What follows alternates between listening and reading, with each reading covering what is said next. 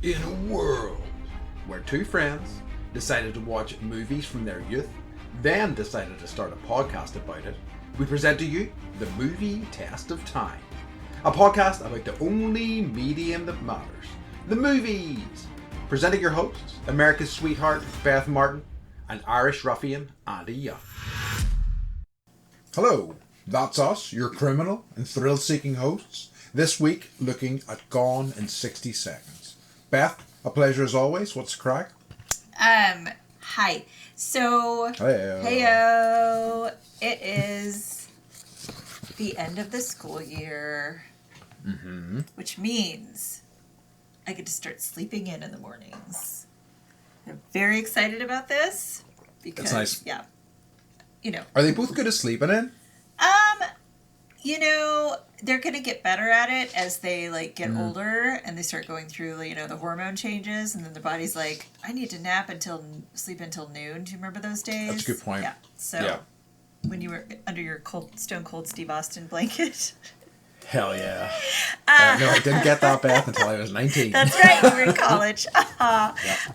It's just, end of school year stuff. But I'm really pleased.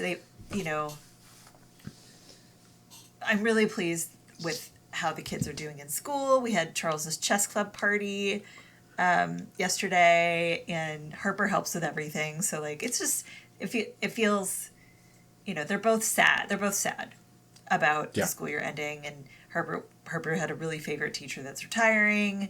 There's 4 people. It's a small. We live in a small town, so it's a big deal. To have 4 people on staff retiring. It's not a very big school. But oh, wow. Yeah, that's a lot. So she wrote them all cards.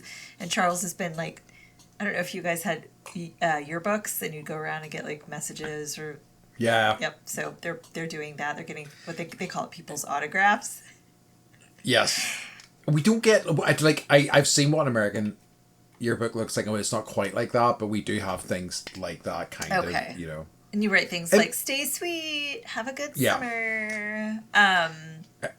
Is Harper's not going to middle school no, yet, no, is she? thank goodness. No, it goes through grade 6. So I don't know what that would be for you guys. But so one more year of the two of them being at the same school. Okay. But they get super depressed on the last day. And it's always a half day. So they go to school at 7:45 and they get out at 11 something, which is pointless, but whatever. So I told you I'm taking them to see Masters of the Universe and take them out to lunch to get their mind off of it. But I also went, and I always buy 4 or 5 big, weird inflatables for the pool for the summer, and I'm like, this got to get us through the next 3 months. Be careful. Also, the sun here is so strong that it just melts things and pops things. So I'm going to inflate all of those things. So when they walk in the door tomorrow, it's just going to be pool toys everywhere, giant ones. Amazing. Yeah. So that's what I'm doing. What about you? Hello, that's great. So a few different things. So with something I was saving it so we could talk about it on here. Yes. I went to see Obsession, which is fucking incredible. It's gotten rave reviews and it's making a ton of fucking money. It's not only is it making a ton of money, it's increasing week on week, which never happens. It's insane. It's like a historic kind of run. And on a budget of I think less than $1 million, it has now made over 100 million, which is insane return. Is this another YouTuber movie? It is. It is. Okay. But it's a really. It feels distinct, and I have, because I'd seen whenever I found out who the guy was, I was I have seen some of his videos before, but then I ended up watching. He did this other kind of feature that he made for Peanuts that was a kind of found footage kind of horror film that he did a few years prior, and it was very good too, I thought. Like Blair Witch? Like Blair Witch? Kind of. The setup for it is that he runs a prank channel with his friends, and it's them kind of running pranks on each other, and then it kind of takes a sinister turn. Okay. It's a pretty interesting premise, I think, and it works well.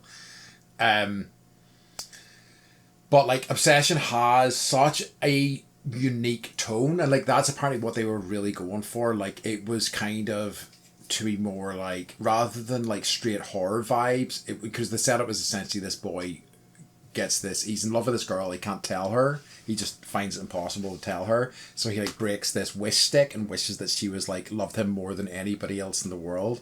And it's kind of played how if somebody was just like, if you were their everything and nothing else mattered, she plays it like that, and it's brilliant and unsettling. And yeah, it's like a fucked up movie, but it is excellent. I really loved it. One of my favorites in a long time. There's been some other good ones this year that I've really loved, but it's definitely right up there. Okay. Yeah, you sent me a message, you're like, it's an obsession. Like the ending is it's like you were just like it's a very, very, very dark film. Yes. And I was like, ooh. But excellent.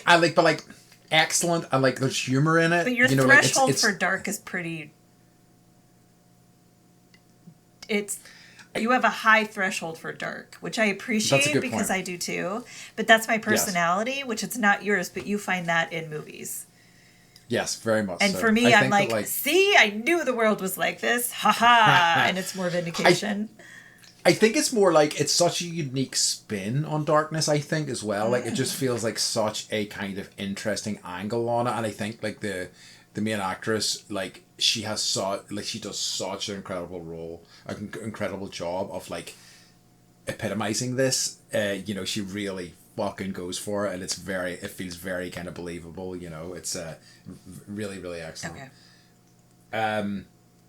I also I was telling Beth earlier, my ears have just recovered. I went to a gig last night. It's great, actually. One of my friends and I, who listens to the pod, have been going to more gigs, and it's really wonderful. I'm really happy that I've got back into the way of it because I've missed them. But like I went to see bands? Yeah, okay. Bands for the most part. I mean, like I go to see other stuff as well. I went to see like this musical, this event, this like DJ type thing, Max Cooper. Like I'll go to anything that catches my interest, but I do like bands are what I really love. And I went to see John Spencer last night. Do you know who John Spencer is? I don't. So like, absolutely incredible. Like one of the best live shows. Like he just does such a sensational live show. He like it is just relentless. It's song to song to song to song, and there's such like he loves like all his distorted vocals and like kind of like noodling in the guitar and stuff like that, and it was just like sorry, John Spencer the actor? No, John Spencer as in John Spencer's Blues Explosion. Okay, thank you. I was like, whoa, this guy's. Do you know John Spencer's Blues Explosion? No, sorry. You probably know some songs like Bell Bottoms or Wheel, or you'll have heard of them. They had like a few kind of, and there's some of the songs have been used in movies. I think you would probably quite like them. They're kind of nuts. I'll send you some stuff, but like. Really fantastic. Just oftentimes, in a lot of concerts, even if it's something I like, by the end I'm like, great, okay, I enjoyed that. I'm ready to go home. With this, I was like, I could have done another hour of that easily. It was just so much fun. Like up the front dancing in like a fairly small venue that was packed, but it was just so nice. So much fun. Because I was up near the front, because of like the nature of the like sounds that they're making, my ears were fucked. I literally like I carry around earplugs with me all the time now because I just never know when I'm gonna be like, this is just too goddamn loud. I think I'm gonna have to start because like I'm like this is the edge of me having actual permanent ear damage sort of sounds, and I'm like, yes. Yeah, I can't. I'm getting to it. Like it's one of the reasons why I'm like, actually, I'm glad I'm in fairly good shape now because I could dance, but I wanted people to dance without, causing myself, permanent injuries. Yep. I think I'm gonna start carrying earplugs around as well for sure. It's great. But that was just fantastic. I do it like movies now. Obviously, Charles's drum lessons. I took him to Harper's dance studio because all the parents are talking, and I just wanted to read my fucking book. So I'm like that person that's. Literally, I'm just like, don't talk to me. I have my sunglasses on. I have my earplugs in. And I'm just like really friendly and easy to get to know. in my last job when I was working in IT, I kind of wanted to like put a sign up, basically, if my headphones are on, do not talk to me. Yeah. Yeah. Leave me alone. You can send me an email, I'll get to it when I can, but I'm working if my headphones are on, Yeah. and I do not want to be disturbed. Yeah. Because if you're in a flow, especially, it's hard to like, you know, it's hard to like get back into that sometimes if somebody disturbs you. And like normally the people that would come to your desk, it wouldn't be anything really important. It would be like, do you have a second? Yeah. And it's like 15 minutes about how their headphones aren't working because they're not plugged in. It's like, I wonder. I just ran and had I usually eat like a hard-boiled egg and, you know, like a tangerine or an orange in the morning. And I ate that, and then I was like, hey, Mike, because he's my coworker and my husband. Now, we don't co-work, we just share a co-working space. Sure. But, which is our house. It's like a wee work in Yeah, your house. yeah.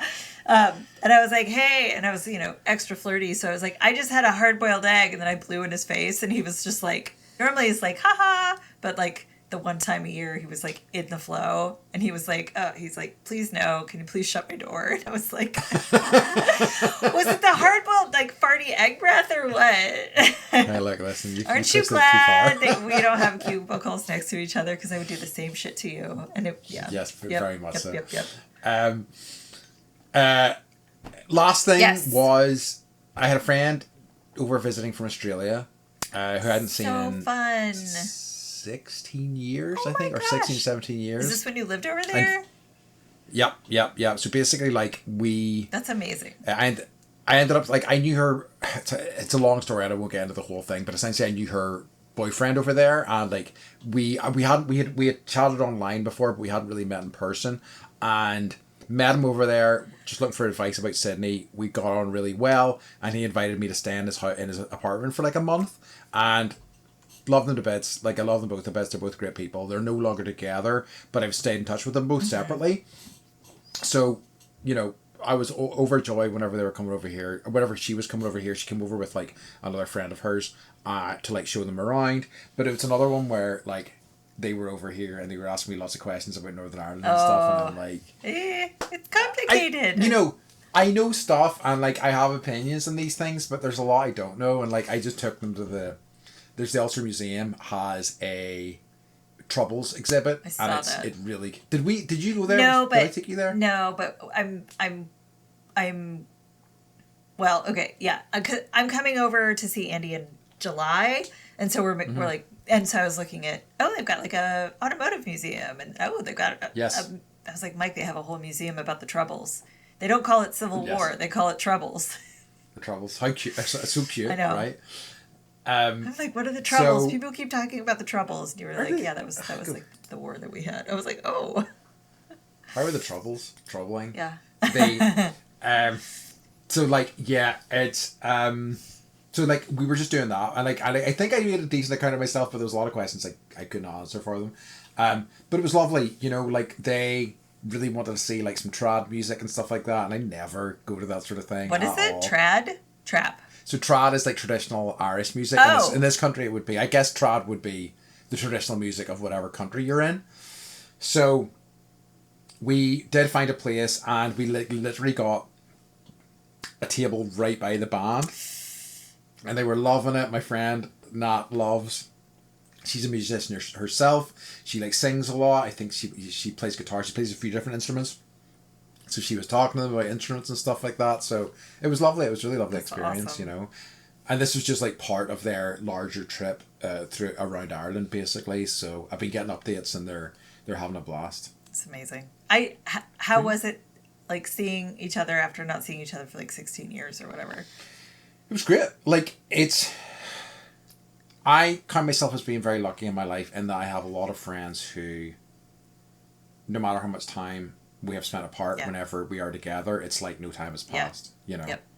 And I think there's something really special about that, and I'm very lucky to have a lot of that, I think. So yeah, it was like that. It really was. It was like, because we'd spent like a big, like a really intense chunk of time together whenever I like lived with them, like this kind of essentially like a stranger in a lot of ways, especially to her, and like we got on so well. Like I don't know whether I told you this story. This is just a wee insight. Basically, I was looking for work when I was over there. I only stayed in Sydney for a month because basically there was no work there, and I was like, I can't continue to leech off you guys, you know, that your accommodation and stuff. So I left, but like they had a cat, and me and the cat got on like a house on fire. We loved each other, and, right? The cat was like, "I love you most, Andy." It's what happens whenever he's around any of my animals. Drives me crazy. Or any animal that I'm trying to like leech onto, and they're Coax. like, and they're like, the cat. Do you remember the cat? The cat was like looking at you, looking at me, and it was just like crawled in your lap, and I was like, hell yeah. I knew I hated him. And here we are.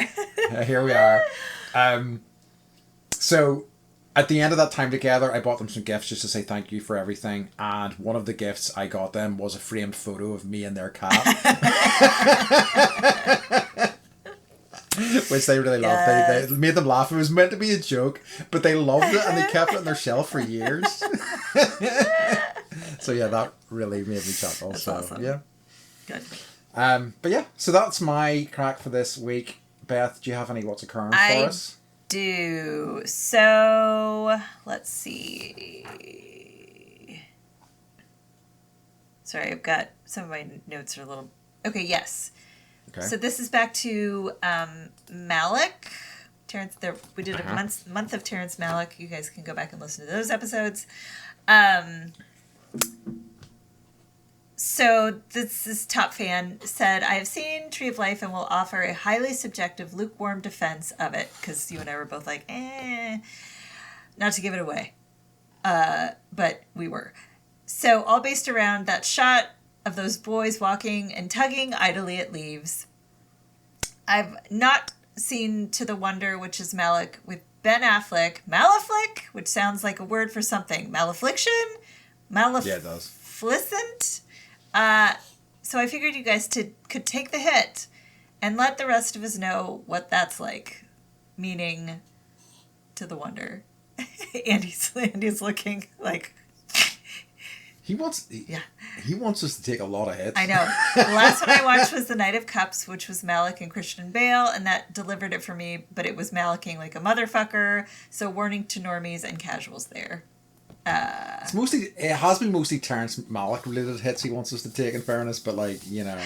I think I tried Knight of Cups, and it was like too much of him walking on the beach and talking and narrating. I was like, what is happening? But I don't know. I don't know anything about To the Wonder.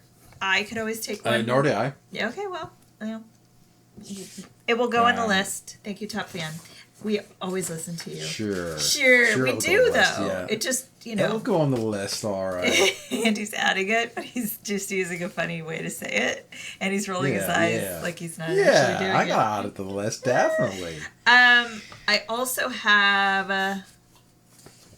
sorry, in my other notes... Top Fan has their own clarification station. Mm-hmm. What did I do with that piece of paper? Oh, no, I have it. Got it? No, I don't. Maybe it's gone forever. No, hold on. Sorry, guys. I really do have my shit together. Okay, no. So, clarification station. I worded it poorly because I said Tree of Life is the hardest sell. So, these are two different messages. I had not seen it, but I heard To the Wonder was his most tedious. Sounds like I was saying I hadn't seen the Tree of Life. I have, and I will defend it. What I meant was I haven't seen To the Wonder. Clumsy comment structure on my part. So you got both versions. You got the mess up and the correction all in one. I see. Okay. Love it. So thank you, Top Fan. Love you, buddy. So we're eagerly anticipating our viewing of To the Wonder. Yeah, for sure. It's going to happen. Yeah, definitely. Sometime in the next decade, we promise. Let's not make a promise we can't keep. Okay, all right. Trying to keep him happy. Okay, all right. You're fine. That's true. Yeah, definitely we will. Okay, so do you have any more what's occurring for us, or should we move on to this week's subject? Subject. Okay, so this week. We're looking at Gone in 60 Seconds. Oh, yeah. The final part of our current Nic Cage season. I mean, we could probably just be like a Nic Cage podcast and we'll have like years of content. Oh my God. But it's true. This is the end of this current Nic Cage season with, as I was saying, Gone in 60 Seconds, which is, the whiplash Yes. of going from leaving Las Vegas to Gone in 60 Seconds is fucking real. It's palpable. It's It palpable. is. My neck is hurting. Truly. I mean, this is some Michael Bay ass shit. And I don't mean that as a pejorative necessarily. You know, Michael Bay's made some movies that I love, but it's definitely... Isn't this Jerry... This is Jerry Bruckheimer, right? No, it's a director. No, I think it's Jerry Bruckheimer produced. Yes, okay. Which makes complete sense. It's very Jerry Bruckheimer coded, and yes. It looks like a Jerry Bruckheimer movie. Con Air was Bruckheimer. Yes. Okay. Okay, so early thoughts of this fine film? I mean, so I was a wee bit worried about it because I was like, is this going to be just absolute trash? Have you not seen it before? I have seen it before. Okay. But I think I saw it in the cinema, so I haven't seen it in like 25 years or whatever.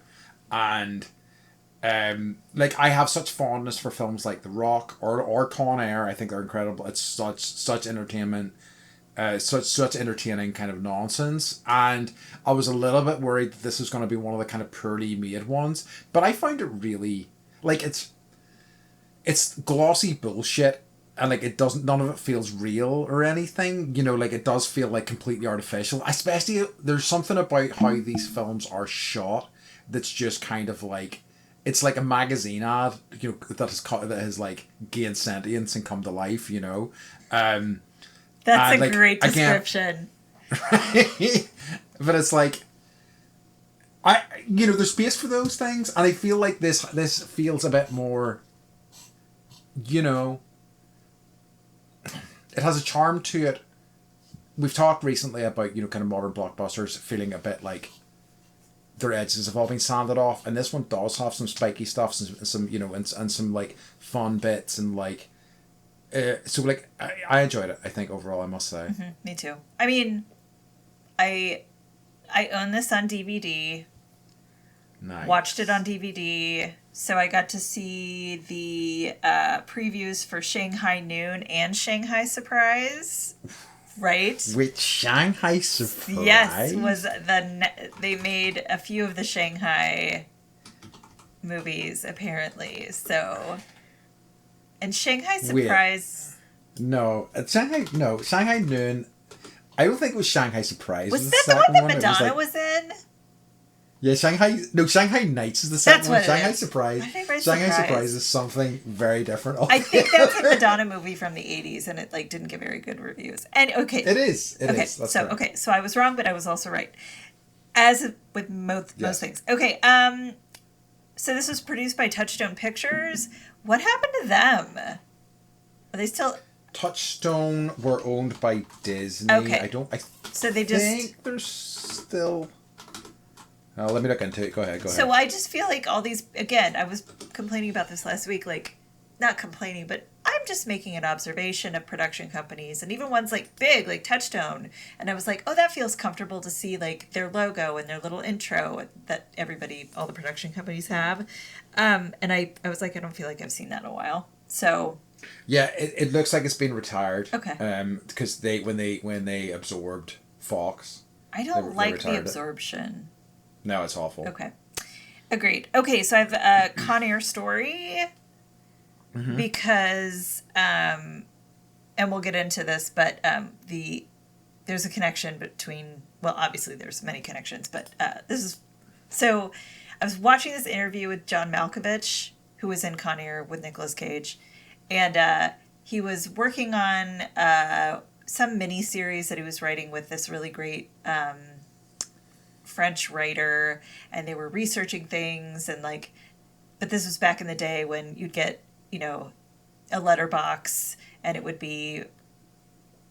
have a printed screenplay in it. Before internet, you'd get, you know, a special delivery, and so he got the script for Con Air as he and this guy are working in France together, and this guy's like, you know, I've never actually like read a full screenplay. Can I take okay, sorry, telling this badly. So John Malkovich picks it up.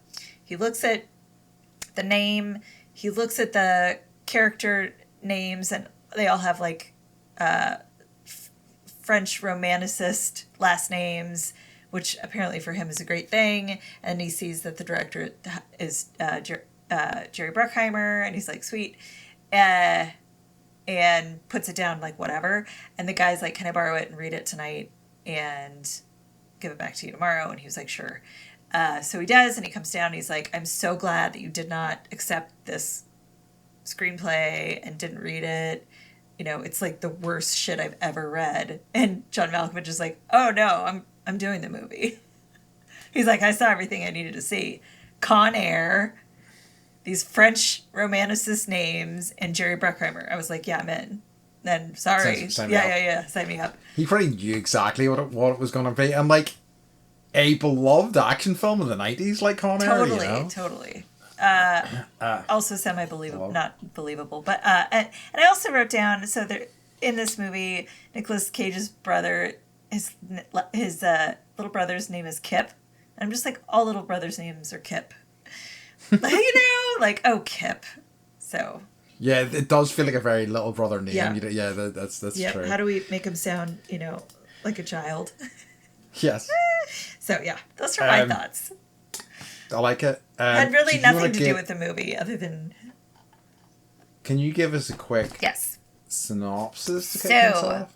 To save his brother, Kip, ex-thief Memphis, who's played by Nic Cage, must steal 50 luxury cars in 3 days for a crime boss. What a name. He reunites his old crew, including his mentor Otto, his ex-girlfriend Sway, while police track them. Now fast Lamborghinis, precious Ferraris, luxurious Porsches, and Eleanor, a rare Ford Shelby Mustang GT 500, are just some of the cars in this is Memphis Reigns' long list. Can Memphis execute the perfect car heist and save his little baby brother Kip?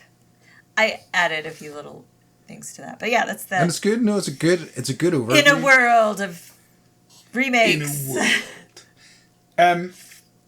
Having a lead character called Memphis is the most Jerry Bruckheimer ass shit I've ever heard. Absolutely.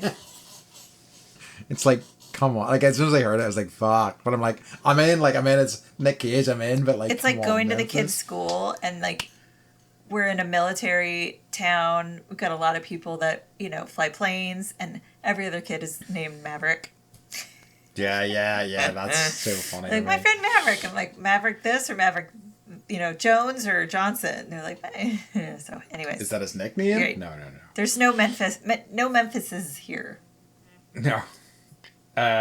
So yeah. Yeah, so that's no good synopsis, and I think that's a good kind of overview of what the film is. Like, it is like a, pretty straightforward. It is like, let's steal all these cars. Yeah. And it delivers exactly that. Yeah. It really does. I mean, like, even though I would say what the first hour of the movie is just them kind of like getting into scrapes or having like comedy adventures and stuff like that, Yeah. It was like such a kind of roller coaster watching the opening credits and seeing the guest actors, because you see somebody and you're like, oh, Timothy Olyphant's in this, and they're like, oh Jesus, Vinnie Jones is in this. Yes. It's like you're just jolted from side to side. And you're like, oh, okay, good. Oh no. So it was nuts. Okay, so our director was Dominic Sena, which I could not have told you that name. So I think he followed the really kind of like very kind of common path for a lot of directors, in that he was a music video director initially, and he then got into features from that. Best known for California with a K. Oh, with Brad Pitt and Juliette Lewis. Yeah. Together we share a brain. Yes, we get it. Yes. And this movie and Swordfish, which is his other, which I think is a less successful movie than this. I know it was popular at the time, but like, I think that movie does not held up well at all. Yeah. So yeah, very common path for a lot of directors. And he only did a handful of this stuff. I think he was very much in Jerry Bruckheimer's kind of stable of directors who would like do Bruckheimer style films, And I think, as I say, certainly with this, very successful in doing so. But before he was a feature director, he directed music videos for Richard Marx, Bryan Adams, Janet Jackson, and Sting. Wow. Ties back to last week's movie. That's right. Good job. Janet Jackson. I wonder which videos. I can find it out. I was looking at it just recently. He also did one for Fleetwood Mac. Really?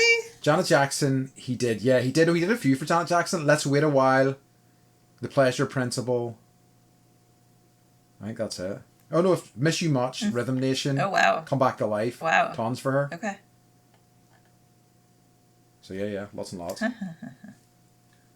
He also did the Top Gun, the video for the Top Gun, the original Top Gun music, whatever the hell it was called. It's just called Top Gun Anthem. Yeah. Oh, great name, guys.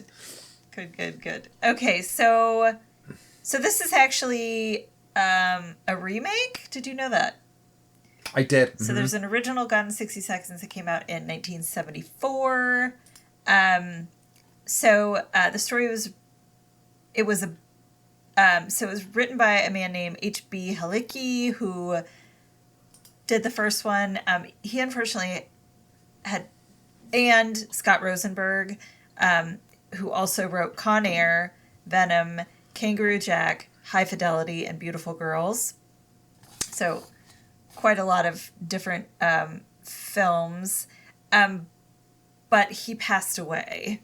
So his wife, Denise, in 1995, entered into a license contract to produce a remake with Disney and Jerry Bruckheimer. That's why I thought Jerry was the director of this, but I don't look because that's your thing. I was like, whatever. So it was supposed to be under them, but then it was transferred to Touchstone Pictures during production. But the film's trailer was narrated by Melissa Disney. The film is widely credited as one of the first major movies to employ a female trailer voice. I guess if you're going to have anybody do it, it's probably going to be a Disney family member or someone, in the Bruckheimer stratosphere. The verse. Yeah. Sorry.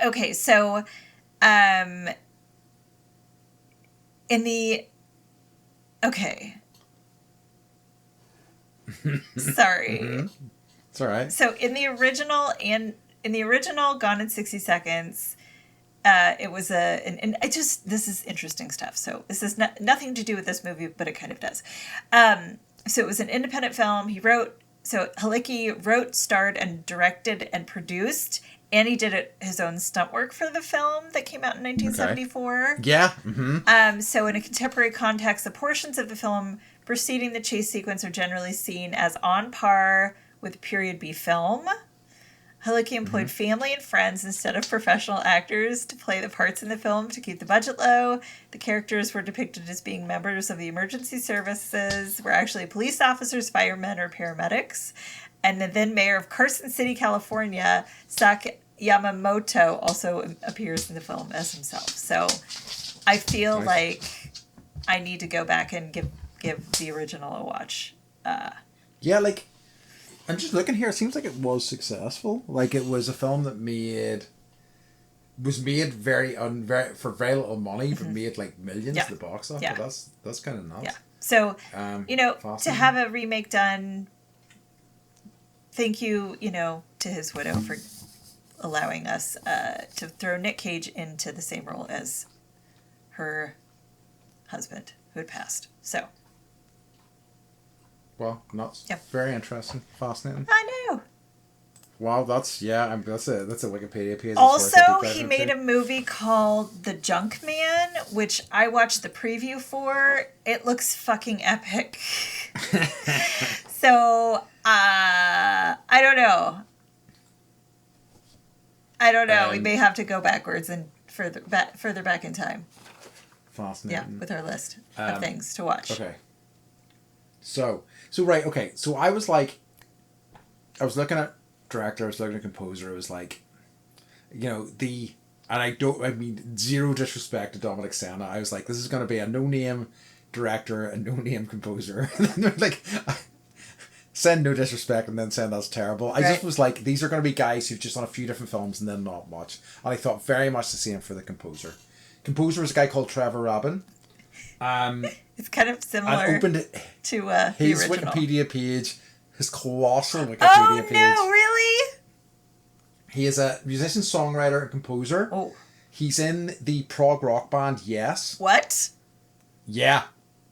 Like one of the main people in Yes. So like enormous career. Okay. Enormous career. Multi-instrumentalist who plays piano, sort of keyboards, bass guitar, banjo, and other instruments, as well as being a seasoned producer, programmer, and orchestral arranger.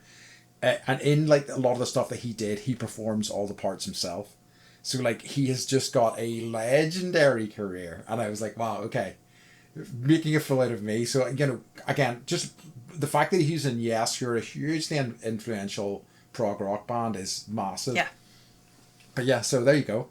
So never will I learn my lesson? Probably not. No. But it's always nice to be surprised. Isn't it?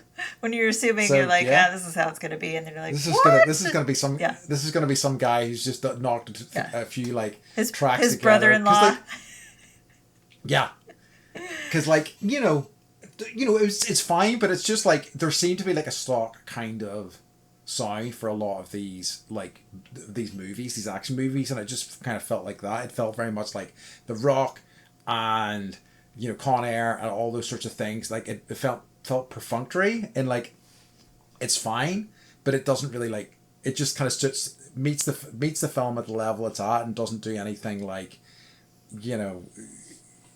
I don't know. It doesn't kind of like do anything wild or crazy. It just kind of like hits that tempo beautifully. It's like, kind of like the Fast and Furious movies where you're really it's. I will say this probably has more plot than yes. But it's like you're there to see the cars.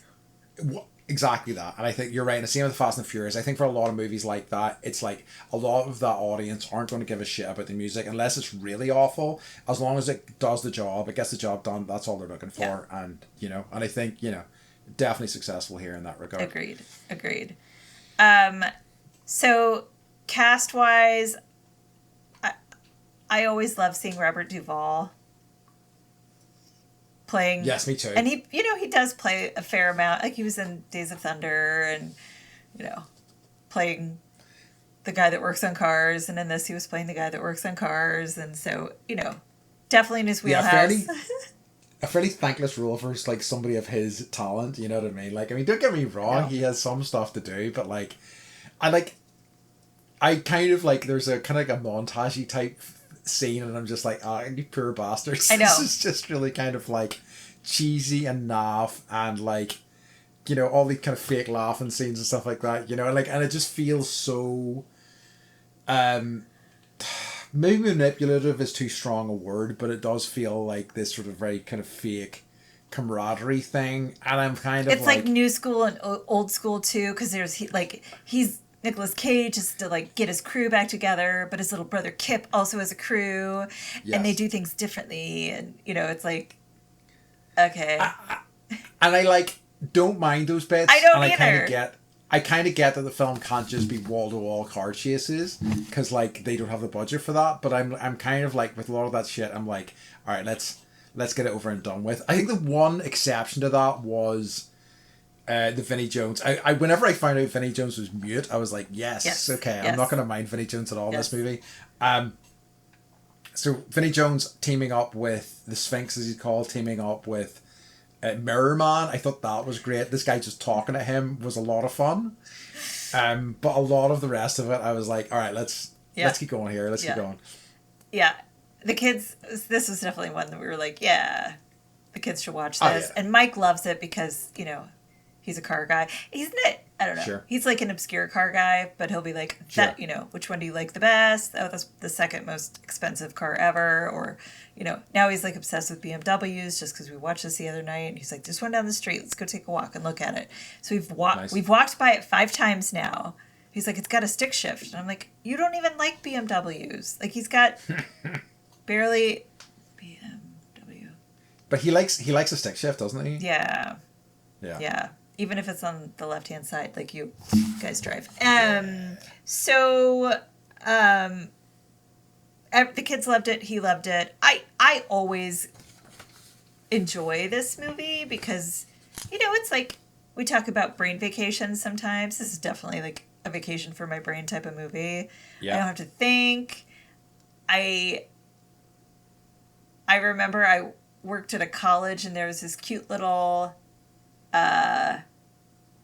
she's a cute little, like, administrative assistant.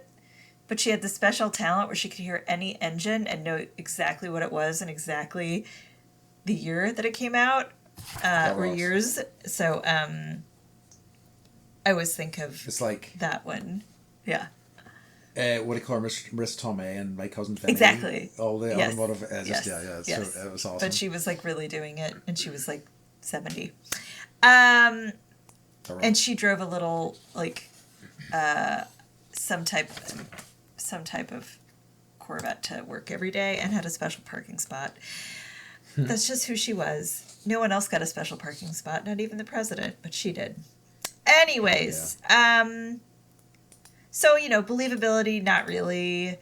But I will say great cast. Great cast. And like a lot of the kids in the younger crew went on to have like this, went on to have great careers. And I guess they actually wrote Angelina Jolie is in this. She plays the ex-girlfriend Sway. She has blue eyes and blonde dreadlocks in this. They actually wrote the part specifically for her. Mm-hmm. So, and you could tell. So I would say like a few like, so, you know, in my sort of like roller coaster going through the cast at the start, I was like, ooh, Delroy Lindo, nice. And then I was like, oh, Scott Caan. But it was also like, delighted to see Timothy Olyphant. Yes. I mean, like, I love him, so it's always great seeing him. So I see young him, it's kind of nuts. I found it really funny when they were like talking about the big bad guy, and they were like, he's a menacing motherfucker, you don't want to mess with him, and just, wait till you see him, like, you don't want to fuck with this guy, and then you meet him and it's Christopher Eccleston, and I'm like, oh, come on. Yeah. Like, he's fine, but I'm like, he's a menacing, he's the scariest motherfucker, and I'm like, I don't know about that. Yeah. Okay, so Christopher Eccleston described this as a terrible film in which I give a terrible performance, adding that before Doctor Who, people would recognize him mostly shouting, "You were gone in 60 seconds, mate! You were shit!" or shite. Oh, and I had to laugh at that because I was. So you're not the only person that thought that. Yeah. I mean, I was just like, I mean, like, I'm sure he got good money for it, so fair play to him, but it was just like, what the fuck, bro? The other person I wanted to mention who was in this and also in literally the only two pieces of crossover between Wild at Heart and this, Nic Cage is in both, and Grace Zabriskie in both. So Grace Zabriskie is his mother in this film. Oh my gosh, she's also the kind of involved in the like assassin. I forgot about that group and like Wild she's also like running around with like bloody lips and a weird wig. Yes, the wigs in that movie. Woo, such a boy. Yeah. Worth a re-mention. Honorary mention indeed. Okay. So I'm just gonna say I also was thrilled to see young Michael Pena. Yes. Pena. I was like, he's such a baby. Look at his baby face. He is such a baby. It was very sweet. Yeah. So a few things I'm just gonna go through my things that really made me chuckle. There is a scene where he he's found out his brother's in trouble. He goes and confronts this mob boss or whoever the fuck he is, and says, "Look, I know you gave him 10 grand. Here's 10 grand." And he sits down in front of him and he goes, that should smooth over everything. And he flips out and he throws it all on the ground, and then he like takes him into another area, and I'm like, pick up that 10 grand. I want like a 5-minute scene of him like picking up these individual bills, because like you're not just gonna throw 10 grand away. That's insane, especially back then. Yeah. Fucking madness. That's like with inflation, it's probably 50,000. Oh, probably. I'm sure there's an inflation calculator that I can find, and we can start knowing those things. Okay, so I'm gonna throw some facts at you. Go for it. So the Eleanor car, the GT500, they made 7 replicas for use in the movie. 5 of them were totaled during stunt sequences, and watching it, I can see how that happened. So Nic Cage and Jerry Bruckheimer kept the remaining two. I guess Nic Cage regularly takes his out for joyrides and drives it around everywhere, but Jerry Bruckheimer is afraid of driving his, so... that makes sense. There's some amazing driving in this movie, I will say. Stunt driving. Nic Cage did most of his own stunt driving, as he does for this film, because he really likes to go method or whatever. He is a car guy as well, isn't he? He's a collector. I think that's just like his personality. Yeah, collector. That's true. Hobbies, learning new skills, having interesting things happen in his life generally. So he attended the Bondurant Driving School in Phoenix, Arizona, the Willow Springs School, the Bobby Orr Stunt Driving School. So he went to every stunt driving school in the area, basically, in preparation for the film. And he also liked race car driving school so much he continued to pursue it as a hobby after shooting was completed. So, oh wow, okay, that makes sense. If someone's like speeding by, I'm assuming he lives in his castle in LA or whatever. Still, probably not, but watch those people speeding around you. It might be Nic Cage. It's like Harrison Ford with planes. Yes. One of the things that I feel like a glaring omission when we were talking about the cast is we didn't mention Angelina Jolie at all. Right. Yeah. I mean, like, she's got a pretty thankless role, and like she's clearly cashing the paycheck there as well. But like, it's basically the shit. What's going on? The scriptwriter is like, I've written this script. There's not a single woman in it. Oh, yes. Just change one of the sexes of one of the characters. Just think about who's hot right now. Angelina Jolie. Yeah. Cool, write her in. Boom, put her in. Yeah, exactly. Yeah. Anyway, sorry. Give us more facts.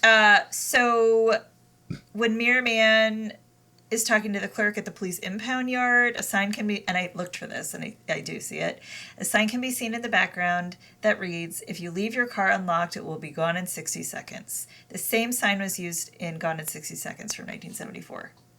The same sign. Somebody has that sign, Andy. I want it. Jerry Bruckheimer said on the last scene, you had to drag Nicolas Cage out with a crane to get him out of that car. He really loved that movie, I guess. Oh, really? Yes.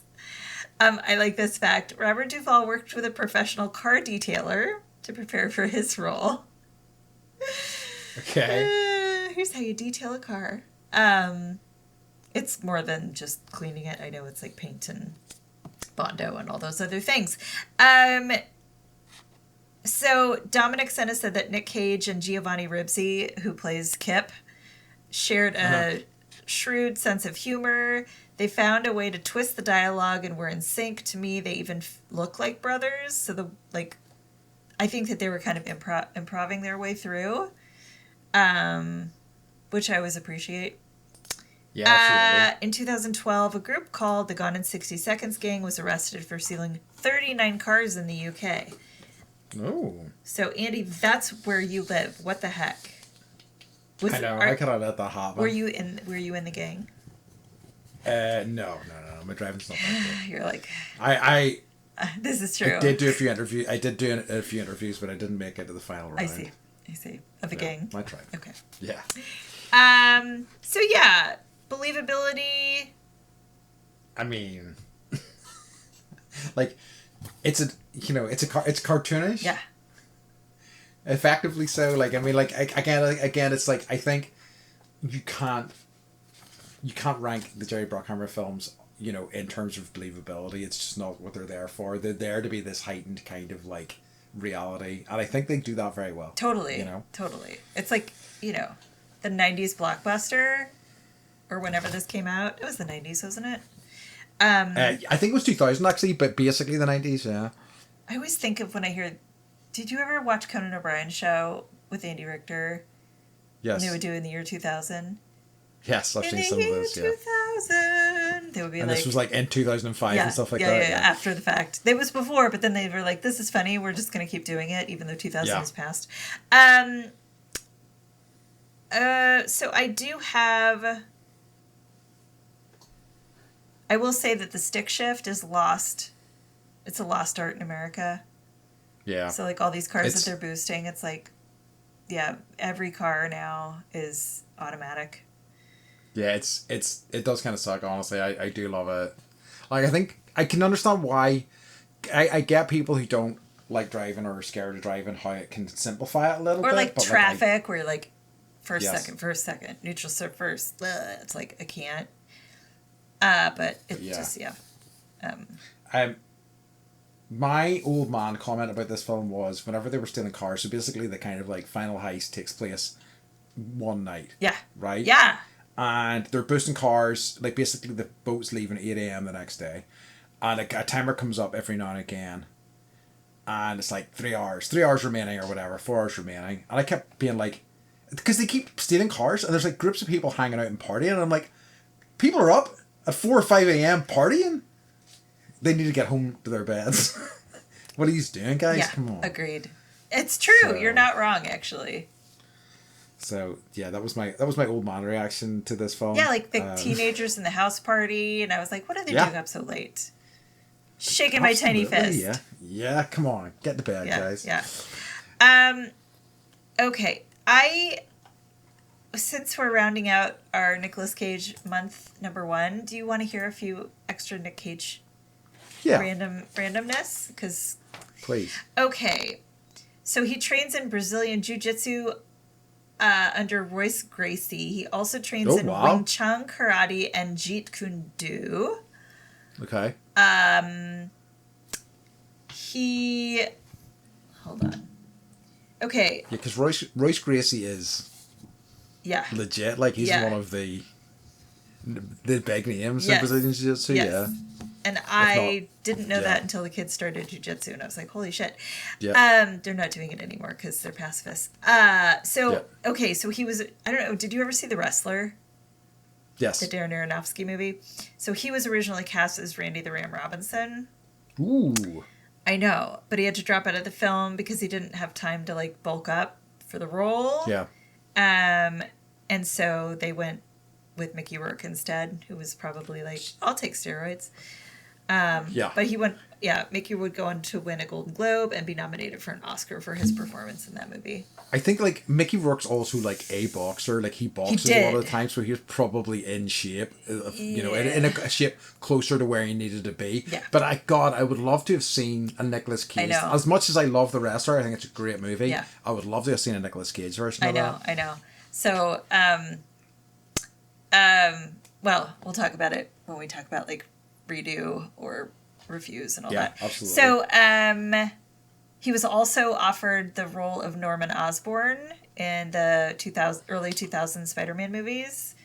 Another great, he would have been great in that role too. Willem Dafoe, obviously, like, everything he does, he excels at, but I don't know. It's like, Nic Cage could be subbed in for anybody, and I would be like, sweet. Yeah. He became a father for the first time at age 26. Okay. So you'll hear his son, Weston Cage, who looks just like him. It's crazy. Really? Yeah. He got Johnny Depp his first acting job. He became a father the second time at age 41. So first kid at 26, second kid at 41, with his third wife, Alice Kim, who gave birth to their son, Kal-El Cage. Oh, yeah, of course. I know that one. I know, I just wanted to talk about it. Okay, so he attended the same high school as, are you ready? Angelina Jolie, Lenny Kravitz, David Schwimmer, Jonathan Silverman, Gina Gershon, Rhonda Fleming, Jackie Cooper, Rob Reiner, Antonio Sabato Jr., Pauly Shore, Michael Tolkien, Betty White, Corbin Burnson, Elizabeth Daly, Albert Brooks, and Crispin Glover. What happened to Crispin Glover? What happened to the people from that high school, man? Yeah. What high school is this? What a selection. I know. Shit.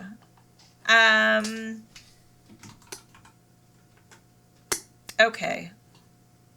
And then I already read this to you, but I'm going to tell the rest of the world. He reserved a permanent tomb for himself at the St. Louis Cemetery in New Orleans, Louisiana. I'm going to New Orleans. You can pay a pilgrimage to I'm his gonna future be resting like, place. where is his future resting place? Amazing, Yeah, amazing. yeah. So Nicolas Cage month. Ta-da! And I hope you enjoy, folks. And do you want to talk about like the time of year this takes place? Sure. Okay. So as this is set you up for something. Absolute classic summer movie. It segues nicely into our summer movie season. And I'm getting ahead of myself, but I will announce it now. Our first movie for this is going to be Stand By Me. We already have an idea of the films that we'd like to cover for this, but again, if you've got any thoughts or ideas, please let us know. Classic summer movies.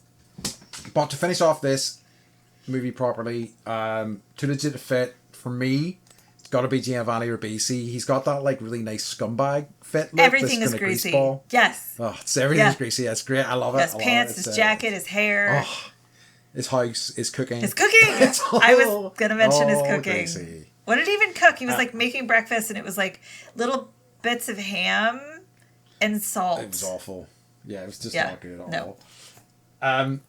The Andy's Animal Acting Award for excellence in animal acting is Tiny the Mastiff eating the car keys, and then them having to like wait for the dog laxatives to shit the car keys out, and then he pulls the car keys out as they're getting held up by these other guys, and they're just like, "You guys are so fucked up." You're like grabbing your dog shit with your bare hands. We can't beat you up. We gotta go. So if you're ever in a situation that you want to get out of, look around for some dog shit and you grab it. Yeah.